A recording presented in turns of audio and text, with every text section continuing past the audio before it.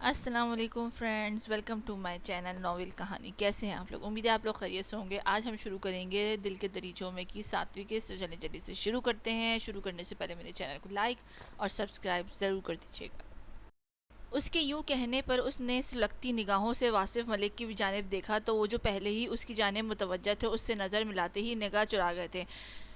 غزل تو شاید کمرے میں ہے، آپ بیٹھو ابھی آ جاتی ہے، فرحین بیگم نے سنبھلتے ہوئے اسے ہلکے پھلکے انداز میں جواب دیا تو اس نے دونوں ہتھیلیاں مسلتے ہوئے انہیں دیکھا۔ میں کمرے میں جا کر ہی مل لیتی ہوں، زبردستی لب پھیلاتے ہوئے وہ بولی اور قدم آگے کو بڑھائے، لیکن چند قدم بعد ہی وہ ٹھٹک گئی کیونکہ ڈائننگ ہال کے انٹرنس کے پاس ہی وہ کھڑا پرتپش نگاہوں سے اسے ہی دیکھ رہا تھا۔ اس کی غیر متوقع طور پر سامنے دیکھ کر اسے قدم لہجہ بھر کے لیے من بھر کے ہو گئے، لیکن یکایک اسے گزری افتاد کا ادراک ہوا تو چہرے پر متفکر سا سایہ بہت سرعت سے پھیلا اور یہ تنفر سامنے کھڑے شخص کی نگاہوں سے چھپ نہ سکا۔ تبھی وہ اس تک پہنچنے سے قبل ہی وہ مضبوط قدم اٹھاتا اس کے پہلو میں گزرتا ان سب کی طرف بڑھ گیا جو خاموش تماشائی بن کے ان دونوں کو ہی تک رہے تھے۔ السلام علیکم، ان سب کو نزدیک پہنچتا وہ بھاری آواز میں ان پر سلامتی بھیج کر اپنی کرسی پر برجمان ہو گیا، جبکہ دوسری جانب وہ بھاری دل کے ساتھ وہاں سے نکلتی سیڑھیوں کی جانب بڑھ گئی۔ آغا ہاؤس میں اس وقت ناشتے کی گہما گہمی چھائی ہوئی تھی۔ ڈائننگ ٹیبل پر بیٹھے افراد کی ہلکی پھلکی نوک جھوک کے ساتھ ساتھ چھریوں کانٹوں کے کھٹکھٹانے کی آواز بھی گونج رہی تھی۔ ویسے شادی کے بعد لڑکیوں کی رخصتی کے بارے میں سنا تھا، ہمارے ہاں یہ الٹ کیوں کر ہو گیا؟ پراٹھے کا نوالہ لیتے ہوئے فائق جو 2 دن سے یہیں ٹھہرا ہوا تھا کہا تو آصف آغا نے استفہامیہ نگاہوں سے اسے دیکھا۔ یہ ہماری گمنام سی بھابھی کے ساتھ ساتھ ہماری ایس پی صاحب سے کہیں روپوشی ہو گئے ہیں۔ وہ اپنے مخصوص ہلکے پھلکے انداز میں گویا ہوا تھا عروج اور مشل ہنسنے لگی۔ یہ تم لوگوں کے لیے ایک عبرتناک سبق ہے کہ جان سکو کہ شادی کے بعد لوگ بدل جاتے ہیں۔ آمنہ بیگم نے شگفتگی سے جواب دیا تو ان سب کے مدہم کہہ کے گونج اٹھے۔ اس کا مطلب تو یہ ہوا کہ اب ہم سب بقیہ لڑکوں کی شادیاں نہیں کریں گے؟ آیت نے شوخی سے کہا تو علی صاحب نے بڑے مدبر انداز میں سر اس بات میں ہلایا، جبکہ آنکھوں میں شرارت چمک رہی تھی۔ ہرگز نہیں، خبردار جو ایسا سوچنے کی کوشش بھی کی۔ اس کی بات سن کر ہمدان تڑپ اٹھا۔ اس کے یوں برخستگی سے جواب دینے پر بی جان بھی ہولے سے مسکرا دی۔ اچھا بی جان، ڈیڈ میں کالج کے لیے نکل رہی ہوں۔ ناشتے سے فارغ ہو کر وہ اپنی جگہ سے اٹھی تو بی جان نے چونک کر اسے دیکھا۔ تم کیوں کالج جا رہی؟ ان کے متوشع انداز میں آصف صاحب نے پرسکون انداز میں ان کی جانب دیکھا۔ اماں کچھ نہیں ہوتا، اللہ ہے ہم سب کی حفاظت کے لیے۔ آپ لوگوں کی وجہ سے ہم نہ خود گھر پر چھپ کے بیٹھ سکتے ہیں، نہ اپنی بچوں کو گھر بٹھا سکتے ہیں۔ ان کے متانت بھرے انداز میں کہنے پر بی جان کے چہرے پر تذبذب کا عالم چھا گیا، لیکن وہ چپ رہیں کیونکہ ان کی بات ویسے ٹھیک تھی کہ گزشتہ 1.5 ہفتے سے انہوں نے بچوں بچیوں کو کہیں نکلنے نہیں دیا تھا، لیکن اب زندگی یوں تو تمام ہونے سے رہی، اس لیے آج آصف صاحب کے کہنے پر سب معمول کے کاموں کو سر انجام دینے کے لیے چاق و چوبند نظر آ رہے تھے۔ پھر بی جان اور ماؤں کی دعاؤں لے کر وہ سب آگے پیچھے اپنی یونیورسٹیز کالجز کی جانب چل دیں۔ سفیان گھر کب آئے گا؟ بی جان نے اپنے معمول کا سوال دہرایا تو آصف صاحب نے گہری سانس بھر کے انہیں دیکھا۔ اماں جلد آ جائے گا، ابھی نور کے گھر والے دونوں کو پاگل کتوں کی طرح مانند ڈھونڈ رہے ہیں اور نہیں چاہتا کہ وہ نور کو اپنے گھر والوں کا ایسا روپ دیکھے۔ ان کی تفصیلی جواب پر ان کے چہرے پر دکھ اور بے بسی چھا گئی، اور یہی بے بسی اور تکلیف روما بیگم کے دل میں بھی چھائی تھی جو کئی دنوں سے بیٹے کا چہرہ دیکھنے اور آواز سننے کو محروم تھی۔ وہ کمرہ جہاں کچھ دیر قبل اونچی اونچی آوازوں کے ساتھ اس پہ بہتان لگایا جا رہا تھا، اب وہاں پن ڈراپ سائلنس کے ساتھ اس کے نکاح کے مراحل طے پا رہے تھے۔ مہابیر کے کیے گئے دھماکے کے بعد نیلم شاہ نے سن ہوتے دماغ کے ساتھ عبدالرحمن شاہ اور آفاق شاہ کو اطلاع دی، جو اس خبر کو سن کر بھاگم بھاگ پیلس پہنچے تھے۔ انہوں نے آتے ہی بنا کسی اور کی جانب دیکھے ڈائریکٹ مہابیر سے اس نکاح کی بابت استفسار کیا تو وہ چہرے پر ڈھیروں سکون لیے ان کی جانب متوجہ ہوا۔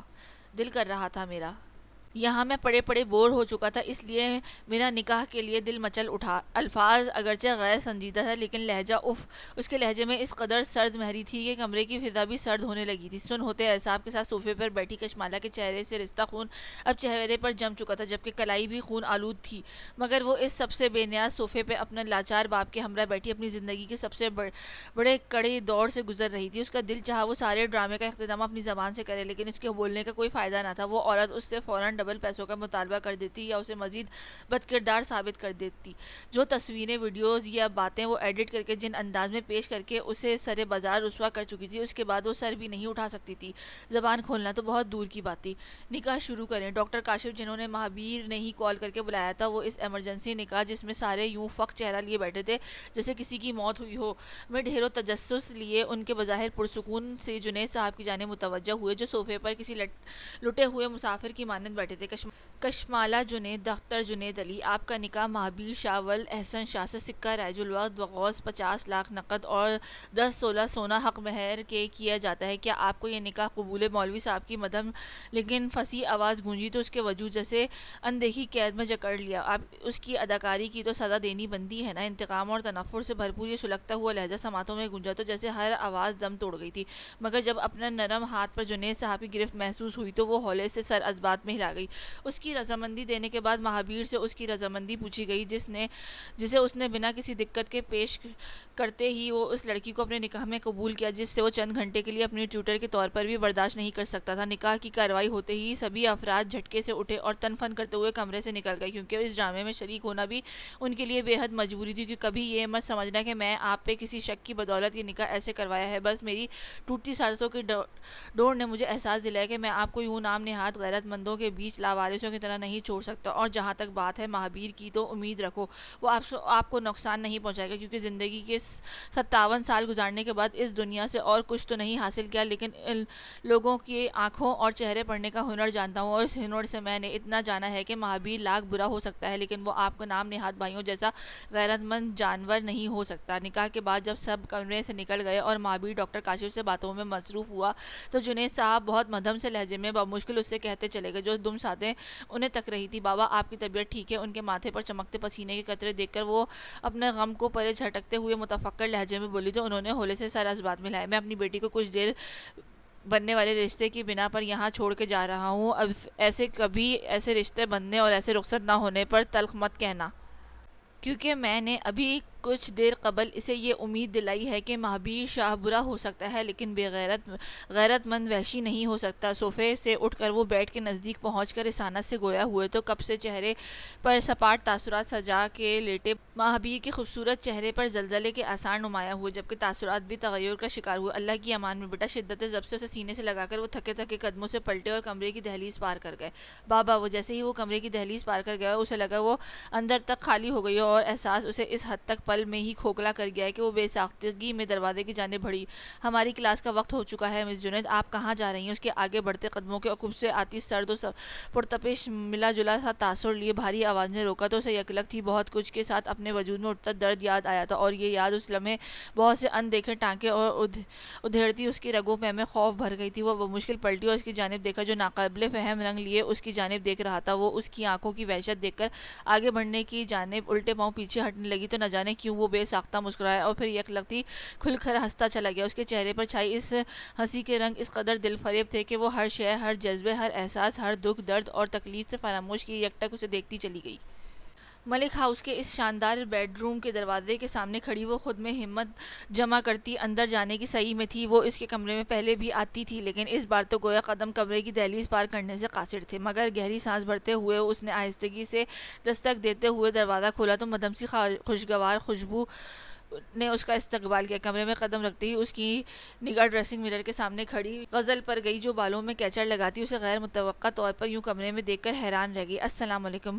غزل کو اپنی طرف متوجہ دیکھ کر اس نے آہستگی سے سلام کیا تو اس کی آواز میں غزل سنبھلی اور بالوں کے سمیٹ کے اس کی جانب مڑی۔ وعلیکم السلام، کیسی ہو عریشہ؟ اپنے مخصوص متبسم لہجے میں استفسار کرتی وہ اس کی جانب بڑھی اور پہلے ہی کی طرح اسے اپنے ساتھ لگایا تو کب سے صبر کا دامن ہاتھ تھام کے کھڑی عریشہ اسے کندھے سے لگتے ہی سے سکڑ اٹھی۔ آئی ایم سوری غزل چچی، میں ایسا کچھ بھی نہیں چاہتی تھی لیکن یہ سب ہو گیا۔ روتے ہوئے وہ ہچکیوں کے بیچ بولی تو اس کی بات سن کر غزل کے چہرے کے رنگت بدلی لیکن فوراً ہی اپنے اعصاب پر کنٹرول پاتے ہوئے اس نے اس کے پونی میں جکڑے بالوں کو نرمی سے سلایا۔ اٹس اوکے عریشہ، یہ سب یوں ہی لکھا ہوا تھا اس لیے ہو گیا، اس میں کسی کا نہ کوئی قصور ہے نہ کسی کا بڑا پن۔ اس کے لہجے کی رسانت سے عریشہ کو مزید رونا آنے لگا۔ میں آپ کی شادی کے لیے بہت ایکسائٹڈ تھی لیکن میں یہ نہیں جانتی تھی کہ آپ کی شادی پر مجھے یہ بھیانک تحفے کی مانند آپ کو مل جاؤں گی۔ اس کی اذیت تھی کہ کم ہونے کا نام ہی نہیں لے رہی تھی۔ اس کے لیے یہ بات دوہری اذیت کا باعث تھی کہ ایک طرف یہ الزام کی صورت میں گلے کا توق بندھا بندھن اور دوسری جانب غزل کے حق پہ ڈاکہ ڈالنا اور اس جیسی بندی کے لیے دونوں ہی صورتیں بہت تکلیف دیتی. عریشہ پلیز رو مت.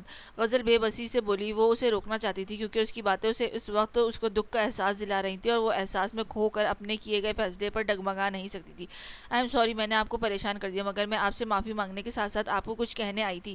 غزل کے چپ کروانے پر وہ سنبھلتی ہوئی اس سے دور ہٹی اور اپنا چہرہ پوچھتے وہ نم لہجے میں بولی تو غزل نے استفہامیہ نگاہوں سے اسے دیکھا. کیسی بات؟ اس کے سوال پر عریشہ نے چند لمحے کچھ سوچا اور پھر آہستگی سے لب کھولتے ہوئے اسے جواب دیا تو اس کے جواب پر غزل کو لگا کمرے کی چھت اس پر آن گری. اس کے کہے الفاظ کی بازگشت سے اس کے کان سائے سائے کرنے لگے تھے. یہ کیا کہہ رہی ہو تم عریشہ؟ اس اچانک دھماکے سے سنبھلنے میں اس کے کئی لمحے لگے تھے اور سنبھلتے ہی وہ شوق لہجے میں بولی, مگر اس سے پہلے کہ وہ کوئی جواب دیتی دروازے پہ ایک دم سے دستک ہوئی. غزل, عریشہ آ جاؤ, ناشتے پہ سب انتظار کر رہے ہیں. انیلا نے دروازہ کھول کر مسکراتے ہوئے انہیں پیغام دیا تو عریشہ نگاہوں سے غزل سے نظر چراتی پلٹی اور انیلا کے پہلو میں ہو کر باہر کی جانب نکل گئی, جبکہ اس کے انکشاف کی زد میں شاکڈ ہوئی غزل الجھے انداز میں اپنے سسرالیوں کے ساتھ اپنے پہلے ناشتے کے لیے بڑھ گئی.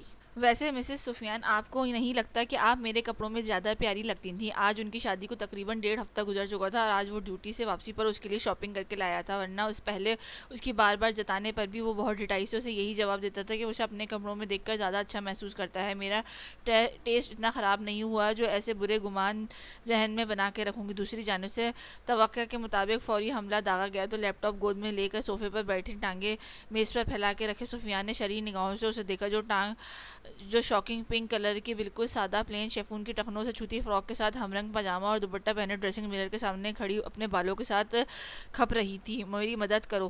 اسے بالوں کے ساتھ الجھے دیکھ کر اس کی روحانی صورت پر ترس آیا تو اس نے خدمت پیش کرنے کی کوشش کی, لیکن دوسری جانب وہ تو گویا تڑپ اٹھی تھی. ہرگز نہیں, یہ سب آپ کی ہی مہربانی ہے اور میں مزید آپ کی مہربانی افورڈ نہیں کر سکتی ایس پی صاحب, وہ تنکتے ہوئے لہجے میں بولی, کیونکہ عالم وصل میں اس شخص پہ نہ جانے کیسا طلسم چھایا ہوتا تھا کہ وہ اس کے بالوں کی گرفت میں لیے انہیں اپنے لمس سے مہکاتا الجھا دیا کرتا تھا, اور ابھی سے 1.5 گھنٹہ قبل ہی یہی ہوا تھا جب اس شخص نے اس کے بالوں کا حشر بگاڑ دیا تھا. ایسی مہربانیاں ہم بغیر فیس کے کرتے رہتے ہیں, اس لیے آپ کے لیے بہتر ہوگا کہ دوپٹہ اوڑھ لیجئے مسز سفیان, ورنہ آپ کے وجود پر سجی اس فراک کی خوبصورتی دیکھ کر خراج تحسین پیش کرنے میں ذرا دیر لگائے بغیر ایک عدد مزید مہربانی کر دوں گا. نگاہیں بظاہر لیپ ٹاپ کی اسکرین پر جمائے وہ اس کی فراک کی فٹنگ میں مقید اس کے نازک وجود کے نشیب فراز کو بے باک نگاہوں کی زد میں رکھے. وہ جس انداز میں بولا تو نور کو لرز کر فوراً سے پہلے لپک کر دوپٹہ اٹھا کے اپنے گرد لپیٹا. اس کی اس قدر پھرتی پر وہ جو اسے ہی تک رہا تھا وہ ایک دم سے کہکا لگا کر ہنس دیا. واللہ پل بھر میں دل و دماغ بھٹکانے کا جیتا جاگتا سامان ہو آپ. ادھر آئیں, آپ کے سسرالیوں سے آپ کی باضابطہ سے ملاقات کرواؤں آپ کی. اس کے وجود کی دلکشی کو گہری نگاہوں سے دیکھتے ہوئے اس نے اسے پاس بلایا تو اس کے انداز پہ جذبت ہوتی نور وہیں کھڑی ہو کے اسے دیکھنے لگی تو سفیان نے زچ ہو کر اسکرین اس کی جانب گھمائی تو تسلی ہو جانے کی صورت میں وہ چھوٹے چھوٹے قدم اٹھاتی اس کی جانب بڑھی تھی جہاں وہ کل ملنے پر اب بھی جان سے محو گفتگو ہو چکا تھا. جازم چاچو, میں بیگ لے کر آتی ہوں, آفس جانے سے پہلے مجھے کالج چھوڑ دیجیے گا. ناشتے بے حد خاموشی سے کرنے کے بجائے سب دھیرے دھیرے اپنی منزلوں کی جانب بڑھنے لگے تو وہ کرسی سے اٹھتے جازم کو دیکھ کر جلدی سے بولی, کیونکہ اعجاز صاحب نے کہا تھا کہ کالج میں اسے کوئی مسئلہ نہیں ہوگا, اس لیے اپنے ہال میں بند رہنے کے بجائے سب کو فیس کرو. تبھی انہوں نے زبردستی اسے آج ہی کالج جانے کے لیے آمادہ کیا تھا. اس کی اس اچانک بات پر چائے کا سپ لیتے کیف نے نظر اٹھا کر اسے دیکھا. وہ ہمیشہ کی طرح اپنی مخصوص کرسی پہ بیٹھی تھی. سب کچھ بظاہر پہلے جیسا ہی تھا, لیکن بہت کچھ بہت بدل چکا تھا نہ مٹنے کے لیے. عریشہ جانو, میں تو آفس نہیں بلکہ ایئرپورٹ جا رہا ہوں فرینڈ کو ریسیو کرنے کے لیے. تم ایسا کرو کیف کے ساتھ آ جانا. جازم نے اسے دیکھتے ہوئے معذرت کی اور پھر ساتھ ہی نیا شوشہ مشورہ دیا. وہ شوقی ہوئی. کیف چاچو کی روٹ چینج ہے اور ہمیشہ وہ کالج چھوڑتے ہوئے اتنا برا منہ بناتے ہیں کہ اب کیا ضروری ہے کہ میں صبح صبح ان سے اپنی وہ جو تھوڑی دیر کے لیے گفتگو کرتی ہوئی جیسے ہر بات فراموش کر گئی تھی. اور اس طرح جازم نے بہت نارملی گفتگو کی تھی, وہ بھی بنا غور کے پہلے ہی کے انداز میں بولتی چلی گئی جب اچانک بلند ہوتے بہت سارے کہکہوں کی آواز پر اس کے فراٹے بھرتی زبان کو بریک لگا تھا. کیا ہوا؟ اس کی حیرانگی سے ان سب کی طرف دیکھا جو ہنستے ہوئے اسے ہی دیکھ رہے تھے. کچھ نہیں, بس تم بہت پیارا بولتی ہو. ارسم نے اسے دیکھتے ہوئے ہونٹوں پہ مچلتی مسکان کو دباتے ہوئے کہا تو اس نے ہلکی سی خفگی سے اس کی جانب دیکھا جبکہ باقی ارسم کی شرارت پر مسکرا دیا ماں سوائے اس کے جو اس سے کو چاچو کہنے کی ایک شوقی نگاہ اس پر ڈالنے کے بعد واپس ناشتے کی جانب متوجہ ہو چکا تھا. اور یہ بات ہے کہ اس پیارا بولنے کے چکر میں تم کسی کی نازک ارمانوں کے ساتھ کھیل گئی ہو. ارسم کی بات کو جازم نے شرارت سے مکمل کیا تو سب چہروں پر ایک دفعہ پھر سے مسکان پھیل گئی جبکہ اپنی پلیٹ پر جھکے کیف نے بمشکل اپنے چہرے پر کسی بھی قسم کا تاثر پھیلنے سے روکا تھا. اور آپ میرا مذاق اڑانے کی کوشش کر رہے ہیں, اس نے اپنے کہے گئے الفاظ کو ذہن میں دہراتے ہوئے اس سے قبل گرفت بات جاننے کی صحیح کی، لیکن اس کی سمجھ کے مطابق تو اس نے ایسا کچھ نہیں کہا تھا۔ تبھی وہ خفگی سے بولی، بڑی ماما دادا یہ دیکھیں سب کو اپنے سوال کے جواب میں ان کے ہونٹوں پر دوبارہ سے پھسلنے والی مسکان دیکھ کر وہ ہانسی ہوئی تھی۔ میری بیٹی کو تنگ مت کرو۔ واصف صاحب نے فوراً سب کو تنبیہ کی تو سب بمشکل مسکان ضبط کرتے اپنی پلیٹ پر جھک گئے، جبکہ جادن سب کو اللہ حافظ کہتا ہال کے باہر نکل گیا۔ غزل یہ بھی لو بیٹا، تکلف برتنے کی ضرورت نہیں ہے، یہ آپ کا اپنا گھر ہے۔ فرین بیگم نے چائے کے سپ لیتے ہوئے غزل سے کہا، جو شادی کی کوئی روایتی طریقے سے نہ ہوئی تھی، اس لیے ناشتہ جیسی کسی بھی رسم سے انہوں نے منع کیا تھا۔ جی آنٹی لے رہی ہوں میں، اس کے مسکرا کر کہنے پر عریشہ نے نظر بھر کے اسے دیکھا تو نظر نہ چاہتے ہوئے پل بھر کے لیے اس کے ساتھ بیٹھے کیف پر جا پڑی۔ وہ دونوں ساتھ بیٹھے اتنے شاندار لگ رہے تھے کہ اسے اپنے وجود میں بھانپڑ سے چلتے محسوس ہوئی۔ عریشہ آپ ناشتہ مکمل کرو، کیف آپ کو کالج ڈراپ کر دے گا، کیونکہ گھر کی لڑکیوں کے لیے الگ ڈرائیور مختص کر رکھے تھے، مگر اس ہونے والے حادثے کے باعث فی الحال ڈرائیور کے بجائے انہیں خود ہی پک اینڈ ڈراپ کیا جا رہا تھا۔ اس لیے یوسف صاحب نے ناشتہ مکمل ہونے کے بعد متانت سے اسے پکارا تو وہ چونکی، لیکن بڑے دادا مجھے کیف وہ جو کچھ دیر لمحے آئے سوچ کر زیر اثر تھی، اس کی گردن گھما کے انہوں نے انکار کرنا چاہا۔ جب وہ ناشتہ ختم کر کے اپنی جگہ سے اٹھا، اپنا بیگ لے کر باہر آ جائیں، اس سے قبل کہ وہ ایک دفعہ پھر سے چاچو بول کر واقعتاً اس کے احساس و جذبات کا جنازہ دھوم دھام سے نکالتی، وہ سنجیدگی سے کہتا اسے ٹھٹکنے پر مجبور کر گیا، لیکن اس کے چونکنے پر دھیان دیے بغیر وہ غزل کی جانب متوجہ ہوا۔ اپنا خیال رکھیے گا، ایک الوداعی نرم مسکان اس کی جانب اچھال کر اس نے ماں کو اللہ حافظ کہتے ہوئے اس کی جانب دیکھا، جو ہنوز تذبذب کی حالت میں کھڑی تھی۔ خدا کی بندی، پہلے تمہیں جلدی پڑی تھی لالا کے ساتھ جانے کی، اب کس مراقبے میں کھو گئی ہو؟ فرین بیگم کو یہ خدا حافظ کہہ کر جب وہ باہر کی جانب بڑھنے لگی تو عائلہ نے اسے پکارا۔ اس کی بلند آواز میں وہ چونکی اور اپنی چیزیں لے کر ایک چور نگاہ غزل پر چہرے پر ڈال کر وہ سب کو خدا حافظ کہتی باہر نکل گئی، جہاں اپنی سیاہ مرسیڈیز کی جانب بڑھ رہا تھا۔ غزل کے سامنے یوں کیف کے ساتھ نکلتے ہوئے اس کا دل اسے مسلسل کچوکے لگا رہا تھا۔ اس نے بہت من موجی اور فیئر سی زندگی گزاری تھی، اس پہ اپنا سیکنڈ چوائس بن کر کسی دوسری کی ذات پہ سونپ دینا بہت گرا گزر رہا تھا، لیکن یہ بات کوئی بھی نہیں سمجھ رہا تھا۔ اس کو اپنی ہوتی آنکھوں کو شرٹ کی آستین سے صاف کرتے ہوئے سامنے دیکھا، جہاں وہ گاڑی کی فرنٹ ڈور انلاک کرنے کے بعد فرنٹ سیٹ کا دروازہ کھول کر سائڈ پہ ہو گیا۔ اس کے ساتھ وہ جب ہوتی تھی، اس نے فرنٹ ڈور ہمیشہ اس کے لیے خود ہی کھولا تھا اور اس بات پہ اس نے کبھی سوال نہ اٹھایا تھا، مگر آج اس نے اس حرکت پر اس نے پٹیاں سلگ اٹھی تھی۔ وہ جلدی بنتی بیک سیٹ کی جانب بڑھی، لیکن ڈور لاک کو دیکھ کر اس کا دل مزید جل اٹھا تھا۔ انلاک کریں گاڑی، بنا اس کی جانب دیکھے اس نے قدرے تھیکی آواز میں اسے مخاطب کیا، جو اس کے لیے فرنٹ ڈور اوپن کرنے کے بعد سائڈ پہ ہو چکا تھا۔ بیک سیٹ کا دروازہ تو تب بھی آپ کے لیے کبھی نہیں کھلا، جب وہ بنا رخ موڑے سنجیدگی سے کہتا اچانک رکا تھا، لیکن اس ادھوری بات پر بھی عریشہ کے کانوں کی لویں تپ اٹھی تھی۔ آپ جب ایک مضبوط رشتہ آپ کے ساتھ بن چکا ہے تو تب ایسا ناممکن ہے۔ اس نے اسی سنجیدگی سے بات مکمل کی، لیکن دوسری جانب یہ بات بالکل پسند نہ آئی۔ میں ایسے کسی رشتے کو تسلیم نہیں کرتی، دروازہ ان لاک کریں۔ اس کی جانب مڑتے ہوئے اس نے انگشت شہادت بلند کر کے غرا کر کہا تو وہ سکون سے اس کی جانب پلٹا، اس کے اسی انگلی کو تھام کر اس کے سوچنے سمجھنے سے قبل اسے گاڑی میں بٹھا چکا تھا۔ یہ بات گاڑی میں بیٹھ کر لینا آپ۔ دروازہ بند کرتے ہوئے اس نے اسی انداز میں کہا تو وہ جو اس کی اس حرکت پر حق دخسی تھی، اس کے ڈرائیونگ سیٹ پر آ کر بیٹھنے پر جیسے چونکی تھی۔ آپ کی ہمت کیسے ہوئی مجھے ہاتھ لگانے کی؟ اس کی جانب رخ موڑتے ہوئے اس نے سلگتے ہوئے متفکر لہجے میں کہا تو اس نے رسانہ سے اس کی بات قطع کی۔ پہلی دفعہ نہیں لگایا ہے ہاتھ۔ اس کی اس قدر رسان بھرے الفاظ پر وہ جیسے سیٹ میں دھنستی گئی تھی۔ ہاں یہ پہلی بار تو نہیں تھا، پھر اب ہی اس قدر شدید مزاحمت کیوں؟ پہلے آپ غزل چچی کے شوہر تھے۔ اس نے بہت دیر کے بعد بمشکل دلیل ڈھونڈنے کے سامنے رکھی، جبکہ اس کی اس دلیل پر بڑے عرصے کے بعد ڈرائیونگ کرتے کیف کی آنکھوں میں بہت محظوظ کن تاثر پھیلا تھا۔ لیکن اب آپ کے شوہر بھی ہوں، اس کے لحاظ سے تو آپ مجھے ہاتھ لگانے سے منع نہیں کر سکتی۔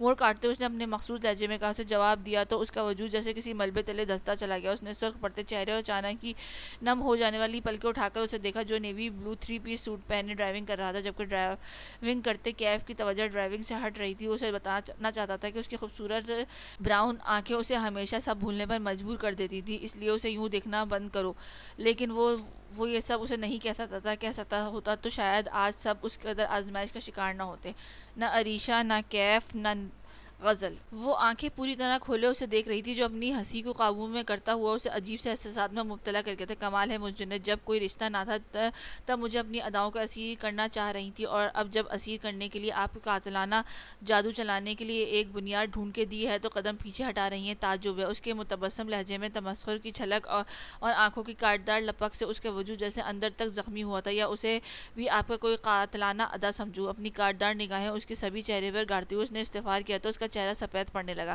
ایسی بات نہیں کرو خدا کے لیے۔ وہ احساس بے بسی اور ذلت سے جیسے رو پڑی تھی۔ اول روز سے جن آنکھوں میں اجنبی اور اکھڑ تاثر چھایا رہتا تھا، وہ اس سمے ان ان آنکھوں میں چھائی نفرت اور تمسخر سے کئی درجہ بہتر تھا، کیونکہ اسے اس کی چھپتی ہوئی آنکھیں مار رہی تھیں۔ ادھر آئیں۔ اس کی التجا کے جواب میں اس کے اب کے بنا کسی تبسم کے مخصوص سی سرد آواز گونجی تو اس کے رونگٹے کھڑے ہو گئے۔ اس کے جسم میں زخموں اور ذہنی تھکاوٹ کے باعث بے حد تکلیف ہو رہی تھی، لیکن وہ بمشکل خود کو سنبھالے اس کی سامنے کھڑی تھی۔ لیکن جب اسے لگ رہا تھا کہ وہ اپنے حواس کھو دے گی، اس سے قبل کہ اس کے دونوں میں سے کوئی پش بولتا، اچانک دروازے پر دستک ہوئی تھی، جو دروازے کی جانب ہی بڑھ رہی تھی۔ اس اچانک آواز پر جیسے اچھل سی گئی، اس نے گردن گھما کر دیکھا تو دروازہ کھول کر ڈاکٹر کاشف ہاتھوں میں اپنی میڈیکل باکس لیے کمرے میں داخل ہو رہے تھے۔ ڈاکٹر صاحب کو دیکھ کر مہابیر نے بمشکل خود کو کچھ کہنے سے باز رکھا، جبکہ وہ کشمالہ کی طرف متوجہ ہوئے، جو کمرے میں ایک سائڈ پہ کھڑی قابل تحرم دکھ رہی تھی۔ ادھر آؤ بیٹا۔ اس کے ہاتھ نرمی سے تھام کر انہوں نے اسے صوفے پر بٹھایا اور بنا کچھ کہے اس کے زخم کی مرہم پٹی کرنے لگے۔ بابا ڈاکٹر صاحب نے جب اس کے رخسار پر لگے ٹانکے جو ارسل کے تشدد سے بگڑ کے خون آلود ہو چکے تھے اس کی جانب ہاتھ بڑھایا تو مارے تکلیف کے اس کے ہونٹوں سے کرا کی صورت میں باپ کے الفاظ نکلا۔ اس کی سسکی اور لفظ بابا پہ بیڈ پر نیم دراز مہابیر جو کہ قصدن بے نیازی برت رہا تھا، اس کی بے ساختہ گردن گھما کے صوفوں کی جانب دیکھا، جب وہ زور سے اپنی آنکھیں میچے مٹھیاں میچے ڈاکٹر صاحب کے سامنے بیٹھی اپنا رخسار صاف کروا رہی تھی۔ اس لمحے اس کے درد پڑتے چہرے پر اس قدر ملاحت تھی کہ وہ اپنے چند لمحہ قبل خود پر چھائے احساسات سے برطرف اس کے چہرے پر نگاہیں نہ ہٹا سکا۔ یہ میڈیسن کھا کے کچھ دیر ریسٹ کرو تاکہ آپ کے اعصاب پرسکون ہو، آپ کے زخموں کو بھی آرام ملے گا۔ ابھی میں آپ کو انجیکشن بھی لگا دیتا ہوں تاکہ درد کی شدت میں کمی آ سکے۔ اسے میڈیسن تھماتے ہوئے انہوں نے انجیکشن تیار کرنا چاہا تو کشمالہ کی آنکھیں خوف سے پھیل گئیں۔ وہ اپنی عمر کے 25 بہاریں دیکھ چکی تھی، لیکن وہ اس لمبے سے دورانیے میں خود کو اتنا مضبوط نہ کر سکی تھی کہ وہ پرسکون ہو کے انجیکشن لگوا سکے۔ مگر اس سمے اس نے اپنا خوف کسی پر ظاہر نہ ہونے دیا تھا، کیونکہ یہاں جنید صاحب نہ تھے جو اس کے خوف پر اسے سہارا دیتے۔ اس کے انجیکشن تیار کرنے تک وہ خود کو انجیکشن کے لیے پوری تیار کر چکی تھی، لیکن لاکھ کوشش کے بعد بھی جب سرنج اس کے بازو سے ٹکرائی تو اس کی فلک شگاف چیخ کمرے میں گونج اٹھی۔ اس کی اس قدر بلند چیخ پر مہابیر نے جھٹکے کھا کے اس کی جانب دیکھا، جو آنکھیں میچے انجیکشن لگوانے کے بعد اپنا بازو مسل رہی تھی۔ ایک انجیکشن پہ اتنا کون چیختا ہے؟ اس کی حیرانگی اس وقت اپنے پیک پہ تھی، تبھی وہ پوچھے بنا نہیں رہ سکا، تمہاری بیوی؟ ڈاکٹر کاشف نے برخستہ جواب پہ کشمالہ جو آنکھیں کھولے اس کی جانب دیکھ رہی تھی گھبراتے ہوئے فوراً پلکیں جھکا کے، جبکہ وہ اس کی گرتی پلکوں کی حرکت گہری نگاہوں سے تکنے کے بعد ڈاکٹر کاشف کی جانب متوجہ ہوا، جو اپنی جگہ سے اٹھ کھڑے ہوئے۔ آپ ریسٹ کرو ابھی۔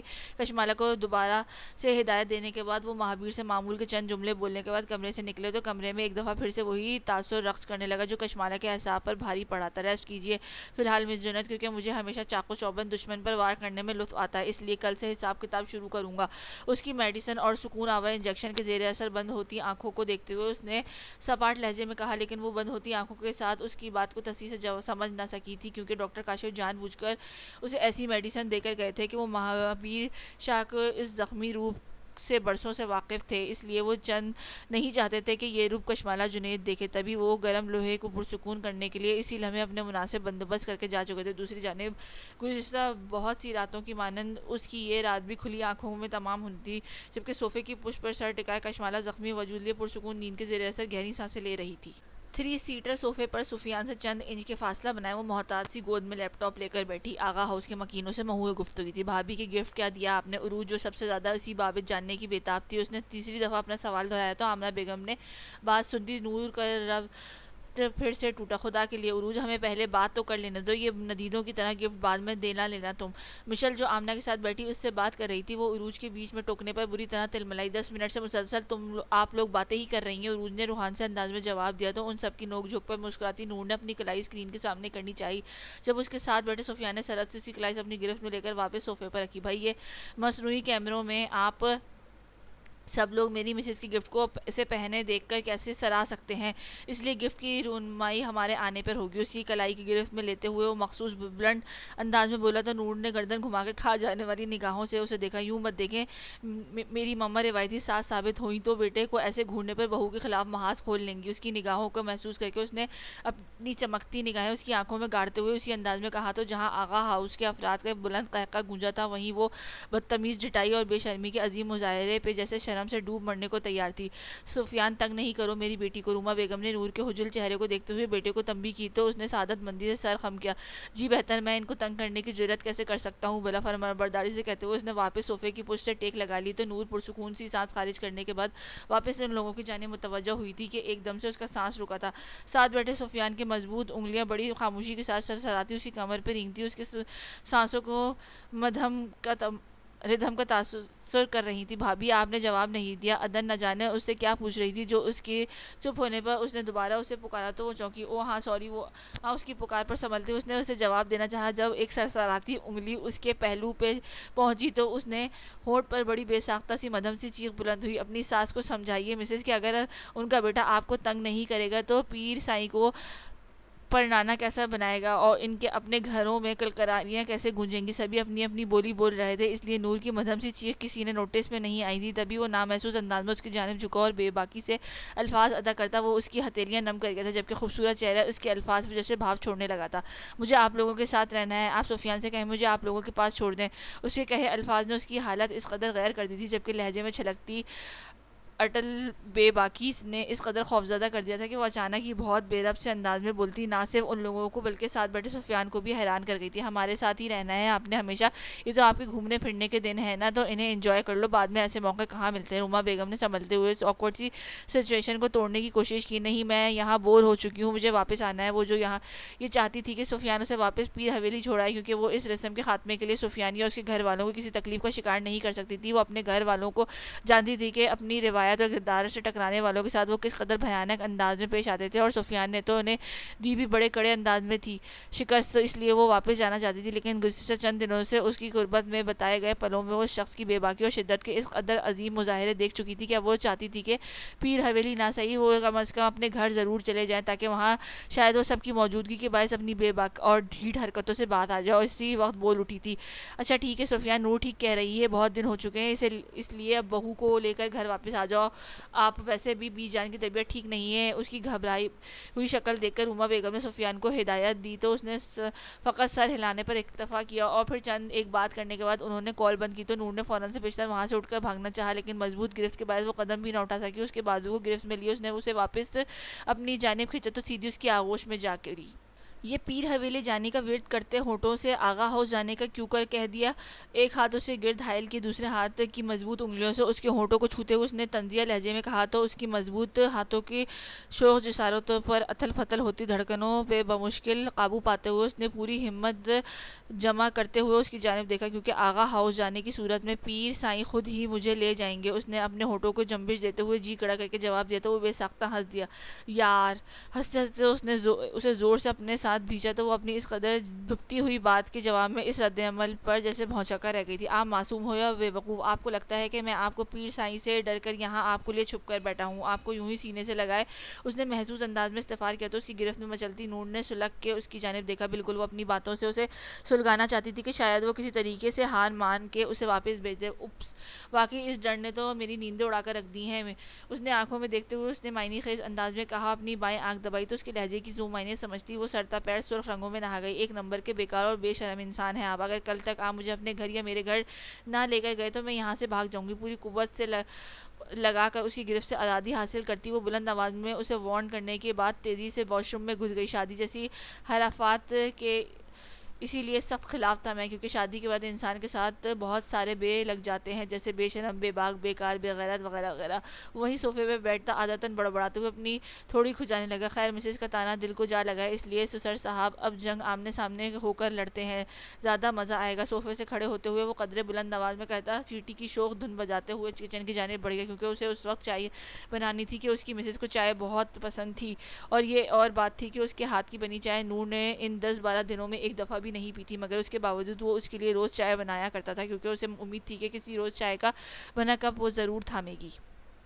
کالج سے جب وہ اپنے ٹائم پر باہر نکلی تو غیر متوقع طور پر سامنے اسی کی گاڑی کھڑی تھی، جسے وہ کم از کم اس وقت بالکل دیکھنا نہیں چاہتی تھی، مگر خود پر ضبط کرتے ہوئے اس نے قدم آگے بڑھایا اور کھلے دروازے سے فرنٹ سیٹ پر بیٹھ گئی۔ مجھے آپ کے آج کے بعد کالج لینے یا چھوڑنے مت آئیے گا کیف چاچو۔ اس کی گاڑی اسٹارٹ کرنے کے بعد اس نے دو ٹک لہجے میں اسے وارن کیا، جس کی ساری توجہ ونڈ اسکرین پر مرکوز تھی۔ عریشہ، آج کے بعد مجھے چاچو مت بلائیے گا۔ اس کے انداز اور الفاظ کے ساتھ اس نے سپاٹ آواز گونجی تو عریشہ کے سر پر لگی تلووں پر بچھی تھی۔ مجھے شوق بھی نہیں ہے آپ کے ساتھ کوئی رشتہ جوڑنے کا۔ وہ اس ہرگز بھی اس کی بات کا مطلب نہیں سمجھی تھی، اسے بس یہی لگا کہ شاید وہ نہیں چاہتا کہ وہ اسے مخاطب کرے، اس لیے اس نے اسے چاچو بولنے سے منع کیا تھا۔ تبھی وہ تڑپ اٹھی تھی، جبکہ اس کے کہنے پر اس نے ایک جھٹکے سے گاڑی اسٹارٹ کر کے سڑک کنارے روکی اور اسے اس حرکت پر حیران ہوتی اس کی جانب مڑنے والی تھی کہ جب اس نے اس کے بازو کو اپنی نرم گرفت میں لیتے ہوئے اس کا رخ اپنی جانب مڑا. جو رشتہ آپ کا مجھ سے جڑ چکا ہے وہ آپ کے نہ ماننے سے ختم نہیں ہو جائے گا. اور دوسری بات, اس کے بازو کی گرفت میں لیے وہ قدرے اس کی جانب جھکا سنجیدگی سے بولتے بولتے تھمتا اس کی اچانک قربت اور خود پر پڑتی اس کی سانسوں کی تپش پہ اپنی سانسوں تک روک کر بیٹھی عریشہ ٹھٹکی. میں آپ کا چاچو ہرگز نہیں ہوں, اور جو ہوں اسے خاموشی سے سمجھ لیں, کیونکہ میرا سمجھایا گیا کم از کم آپ ابھی برداشت نہیں کر سکیں گی. اس نے اسی سنجیدگی سے اپنی بات مکمل کی تو اس کے لفظوں کے مفہوم سمجھتی عریشہ کو پل میں اپنے وجود سے جان نکلتی محسوس ہوئی. وہ بے ساختہ اس سے فاصلہ بڑھاتی ہوئی اپنے بازو سے گرفت میں آزاد کرانے کی کوشش کرتی, آنکھوں میں خوف, غصہ, نمی اور تنفر جیسی ملی جلی کیفیات لیے اسے تکنے لگی. تو اس کی نم ہوتی آنکھوں کو دیکھ کر اس نے گہری سانس بھر کے اس کے بازو اپنی گرفت سے آزاد کیے. اس سب کے بعد عریشہ جو بہت کچھ کہنے کا سوچ کر اسی گاڑی میں بیٹھی تھی, اس کی اس حرکت اور اس کے الفاظ پہ اس قدر بے یقین اور گمسم ہو چکی تھی کہ بقیہ راستہ وہ کچھ بھی نہ بول سکی. جبکہ دوسری جانب اپنی بائیں ہتھیلی پر ہنوز اس کے نرم بازو کا لمس محسوس کرتا وہ گاڑی کی سپیڈ بڑھا گیا تھا. عجیب سے شور کے باعث اس کی گہری نیند میں خلل پڑا تو اس نے آنکھیں موندے میچتے ہوئے کروٹ بدلنی چاہی تو مارے درد کے اس کی نیند بھگ سے اڑی تھی. نیند سے بجھل آنکھیں کھلتے ہوئے اس نے ارد گرد کا جائزہ لینا چاہا, جب سپاٹ سی مردانہ آواز پہ اس کے حواس پوری طرح سے بیدار ہوئے. اسے تلخ حقیقت کی وادیوں میں پٹک گئے. مس جنید, میرا خیال ہے کہ آپ کی نیند پوری ہو چکی ہوگی, اس لیے اٹھ کر اب ٹیوٹر پلس بیوی ہونے کی ذمہ داریاں نبھائیں. اس کی سپاٹ آواز پہ وہ جلدی سے سیدھی ہوئی تو بے آرامی سے سونے کے بعد گردن میں اسے درد محسوس ہوا, لیکن وہ اسے نظر انداز کرتی وہ فوراً اپنی جگہ سے کھڑی ہوئی, جو نیند کے خمار سے سرخ ہوتی آنکھوں سے استغفار کے رنگ لیے اسے دیکھنے لگی. مجھے واش روم کے لیے لے جائیں, مجھے فریش ہونا ہے. اس کے کہے پہ اسے کمرے کی چھت خود پر گرتی محسوس ہوئی. میں واش روم, اس کے یوں پوچھا کہ اسے تختہ دار پر چڑھنے کو کہہ دیا ہو. اس کی جانب دیکھتی اس دنیا میں ماروا کوئی چیز نہیں لگ رہی تھی. جی, اس نے مختصر سا جواب دیا, جبکہ اس کے رنگ کو مزید فق پڑنے لگا. تو آپ پہلے کیسے جاتے تھے؟ بڑبڑاہٹ میں اس نے بڑا عجیب سے سوال پوچھا. تبھی اس نے رخ موڑتے ہوئے کڑی نگاہوں سے اسے گھورا.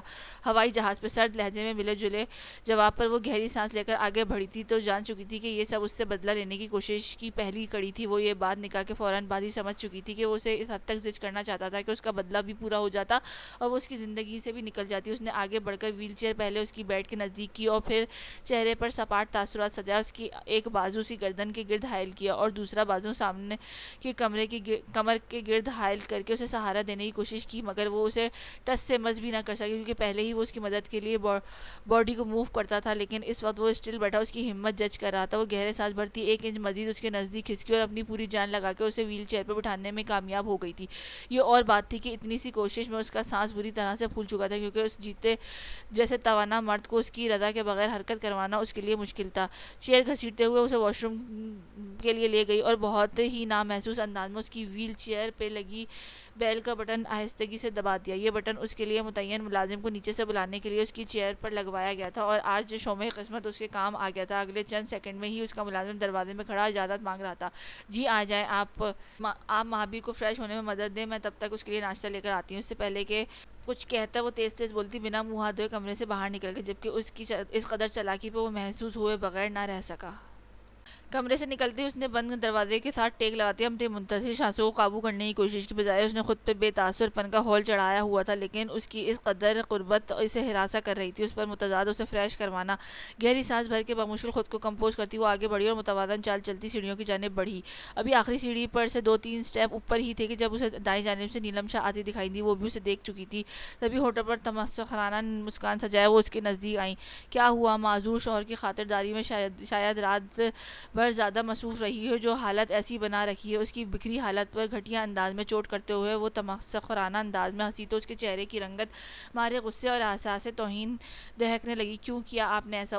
اس کی بات پہ کوئی رد عمل دیے بغیر وہ خالی سے لہجے میں سوال گو ہوئی تو اگلے ہی پل وہ ہنس دی. میری جان, تمہیں پیسے میں نے مہابیر کو اپنے جال میں پھنسانے کے لیے دیے تھے کہ وہ تمہارے پیار میں اتنا پاگل ہو جائے کہ وہ گھر چھوڑ دے, لیکن شاید تم اسے غلط لے گئی. تم اسے پیار میں الجھا کر اس پیلس کے گھڑے مردے اکھاڑنے چلی تھی. سو چھپتے ہوئے انداز میں بولتے ہوئے اس نے ڈرامائی سا وقفہ لیا. سو میں نے تمہاری اس چال باز محبت کو ہی گڑھے میں دفنا دیا اور تمہاری اسٹوڈنٹ کو بس اتنا بتایا کہ تمہاری ٹیچر تمہارے پیار کا سودا کر چکی ہے. چہرے پر فاتحانہ چمک, آنکھوں میں شیطانی سی مسکان, ہونٹوں پر تمسخرانہ تبسم لیے وہ شاندار سے لباس میں ملبوس عورتوں سے اس وقت عورت نہیں بلکہ شیطانی فتنہ دکھ رہی تھی, جو کسی کی عزت نفس اور کردار کا سربدار تماشا لگانے کے بعد مسرت سے سرشار تھی. وہ بے تاثر نگاہوں سے اسے تکتی چلی گئی اور پھر رسانت سے کہنے لگی، میں نہیں جانتی کہ آپ کا مہابیر سے کیا مسئلہ ہے یا آپ ان گڑھے مردوں کو کھاڑے جانے سے اس قدر خائف کیوں ہیں۔ میں بس اتنا کہوں گی کہ میں نے خود کے ساتھ کیے گئے آپ کے تمام فعل اللہ کی عدالت میں جمع کروا دیے اور بے شک وہ بہترین بدلہ لینے والا ہے۔ رسانت سے اپنی بات مکمل کر کے وہ اس کی سبکی اور حناط سے سیاہ پڑتا چہرہ دیکھے بغیر پلٹی اور کچن کی جانب چلتی۔ پہلے وہ جا کے سنک کی جانب بڑھتے وہاں اپنے ہاتھ اچھے سے واش کرنے کے بعد وہ ایک سائڈ پہ کھڑی ہو کے چند لمحے کچھ سوچتی رہی اور پھر اب ملازمت سے ناشتے کا بولنے ہی لگی تھی کہ زخمی نیلم ایک دفعہ پھر سے منظر پر نمودار ہوئی۔ نہ تم اس پیلس کی مالک ہو، نہ ہی تمہارا معذور شوہر اور شاگرد، اس لیے یہاں اگر میرے گھر میں رہنا ہے تو میرے نوکروں کو حکم دینے کی ضرورت ہرگز کوشش نہیں کرنا، بلکہ اپنے اور اپنے شوہر کے تمام کام خود کرو۔ زخمی ناگن بنی نیلم اب کھل کر اپنے روپ میں آتی اسے آخری حد تک ڈیگریڈ کرنے کی کوشش میں لگ گئی تھی۔ بلند آواز میں بولتی نیلم شاہ کی آواز سن کر اپنے کمرے میں سوئے بہت سے افراد اٹھ کر باہر نکل آئے تھے۔ کیا ہوا نیلم، کیوں اس قدر شور مچا رہی ہو؟ عبد الرحمن شاہ آنکھوں میں ناگواری لیے وہاں آتے ہوئے بولے تو اس نے بے ساختہ رخ بدلتے ہوئے خود کو ان سب کی نفرت انگیز نگاہوں سے بچانے کی مہم سی مسئی کی۔ ہونا کیا ہے تمہارے اس مصیبت بھتیجے کو اس گھر سے نکال پھینکنا چاہتی تھی، الٹا اس مخمل میں لگے پیوند کی طرح اسے بھی ہمارے سروں پر بٹھا گیا۔ انتہائی سفاک اور بے رحم انداز میں بولتے ہوئے وہ کل کی طرح اب بھی اس کی ذات کے پرخچے اڑا گئی تھی، جبکہ سلیب پر دونوں ہاتھ سختی سے جمائے وہ ضبط کی آخری حدود پر تھی۔ ڈونٹ وری آنٹی، کچھ دن بعد مزید برداشت کر لیں، کیونکہ دو زیادہ دن ان مونسٹر کے ساتھ ٹک نہیں سکے گی۔ رانیہ نے نیلم شاہ کو ریلیکس کرتے ہوئے کہا تو اس تماشے سے بیزار ہوتے عبد الرحمن شاہ نے نخوت سے سر جھٹکا۔ بھاڑ میں جو کو انہیں اور ناشتہ لگواؤ، جو لوگ اپنے پیروں پر کھڑا نہیں ہو سکتے ان کے لیے اپنے گھر کا سکون تباہ کرنے کی بالکل ضرورت نہیں ہے نیلم بیگم، کیونکہ ایسے لوگوں کو جڑ سے کیسے اور کب اتار پھینکنا ہے میں اچھے سے جانتا ہوں۔ ایک کاٹدار نگاہ کشمالہ کے وجود کے آر پار ڈال کر وہ ناگواری سے کہتے ہوئے پلٹ گئے تو باقی سب تماشائی بھی آہستہ آہستہ چھٹنے لگے۔ ان سب کے جانے کے بعد وہ بھی اپنی ذات کے بکھرے ہوئے ٹکڑوں کو سمیٹتے ہوئے فریج کی جانب بڑھی اور پھر اپنی دکھتی کلائی اور رخسار پر اٹھتے درد کی ٹیسوں کو نظر انداز کیے وہ اس کے لیے ناشتہ بنانے لگی، جو شاید یہاں موجود باقی مکینوں سے بھی زیادہ اس سے نفرت کرتا تھا۔ شاید نفرت کے آگے جا کر کوئی نئے پنے کھلنے والے تھے۔